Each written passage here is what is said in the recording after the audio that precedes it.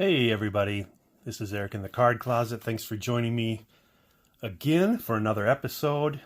In this episode, I'm going to talk about day 2 of my Minnesota card show trip.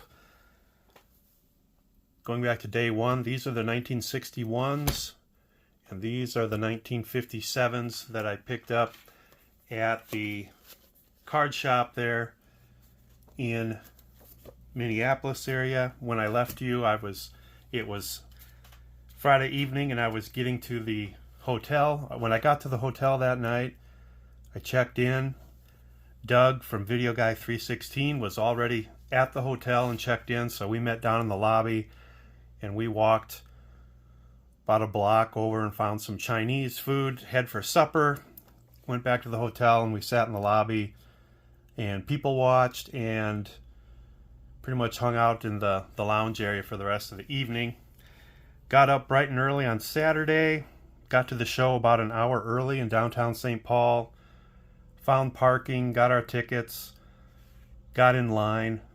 We were nearish the beginning of the line, being that we were there that early, but the line got really, really long behind us. The floodgates opened at 10, and you descend down into the show area via escalator, and I do have some video that I'll show you after this, but ended up walking the entire floor. We got to all 450 tables.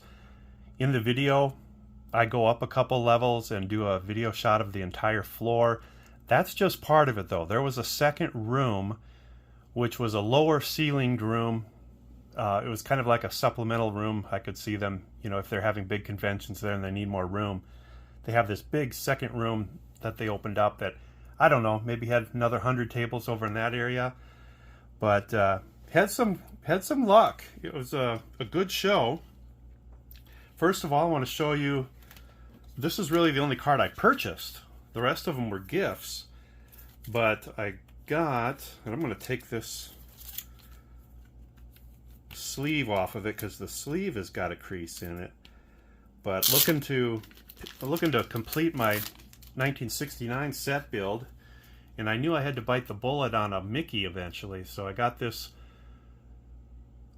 1969 yellow letter Mickey Mantle card, perfectly centered, very closely perfectly centered, which I loved about it. I had my eye on another one that was $20 more, that was in a spot on the floor that it was easy to find. And I the whole day kept comparing every one of these that I found to that one, and then I found this one that looked better and was a little bit cheaper. So I pulled the trigger on this one kind of near the end of the day. That's the only thing I purchased. I kind of found that if I didn't find a Finest Refractor Heirs of Kobe Rookie or a Fan Craze Cy Young, that nothing else would be worth spending my national budget on. So I was very picky. There are other cards, lesser, cheaper cards I would have purchased if I could have found them. But the majority of the show was not vintage. I would say maybe about a third Pokemon, and almost the rest of it was all modern.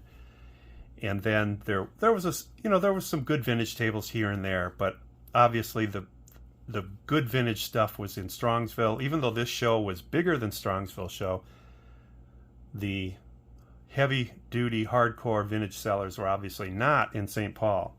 But I got some great gifts from Commenting Collector. Number to 25, a Boston Red Sox card of Roger Clemens, and it's an auto. And my first Clemens auto. So really appreciated Robert, Commenting Collector, sending me that. He came right after lunch, so we spent the entire afternoon together, and then after the show was done, we went out for dinner. And the other guy that I hung out with a lot was Video Guy 316. He brought 3 Yaz cards for me. So this is UD Masterpieces.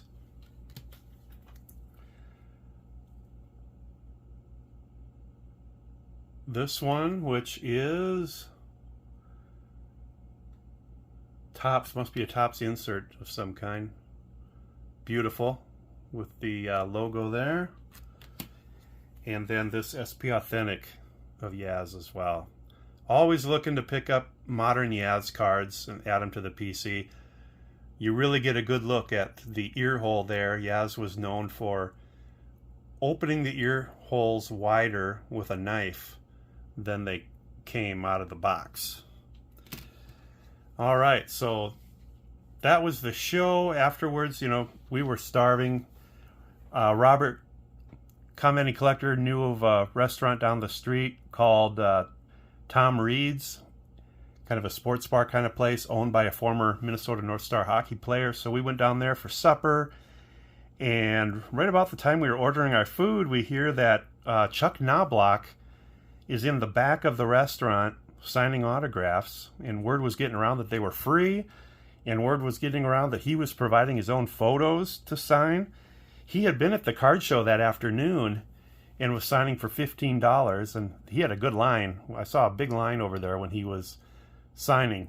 So anyway, I went to the back of the restaurant and got in the little line of patrons who were there to take advantage of this, and good old Chuck Knobloch autographed this photo for me. So that was a bonus. Had no idea he was going to be there.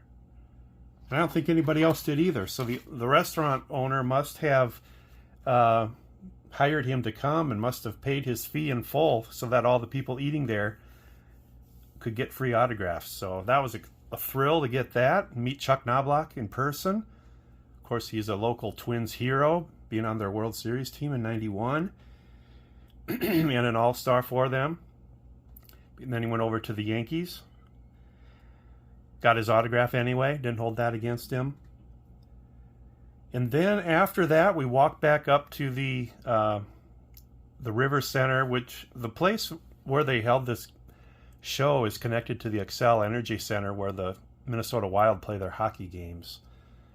And that's where we parted ways and went our separate ways. I probably headed out about 8, and I probably walked in my door here back in South Dakota at probably about midnight. So it was a late night on the road. I did get tired. I had an alarm go off in my car that said driver low attention, and then a little emoji of a coffee cup. So I thought, wow, I didn't even realize I was getting tired. I wonder how in the world it knew.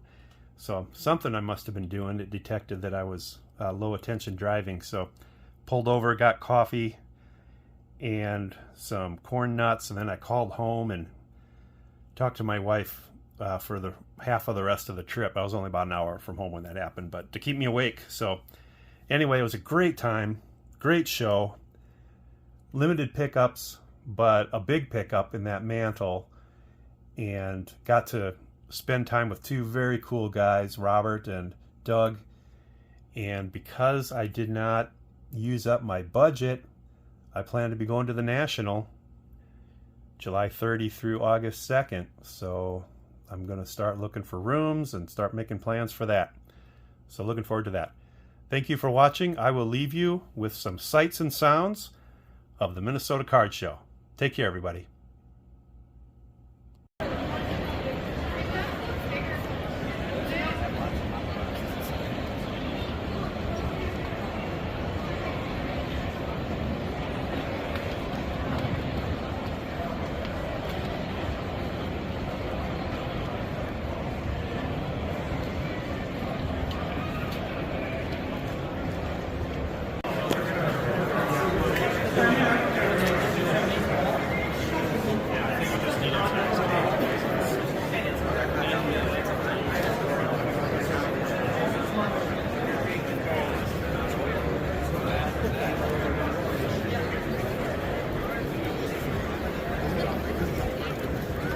Think about it like this. We already have.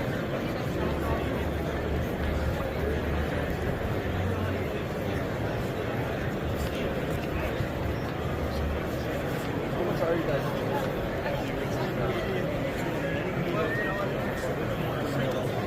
Either mail them or we're open here today. That's a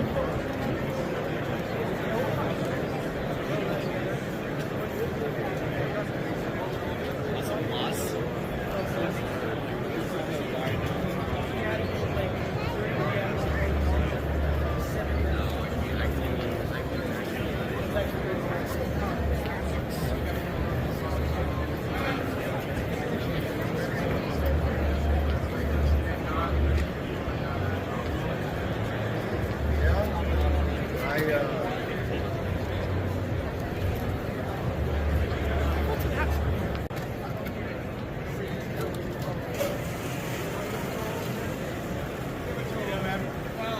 Trying to stay awake.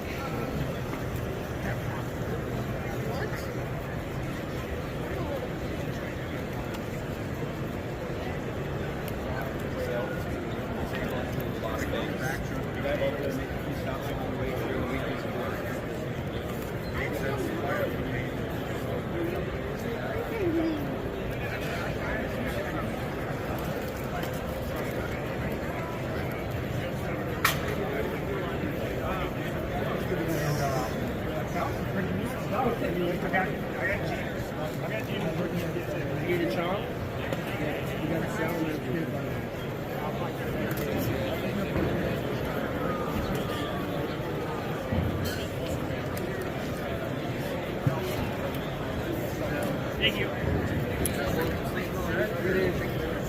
And in the back, we got some towels.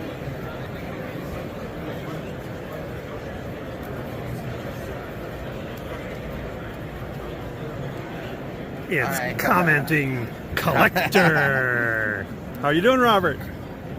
Pretty good right now.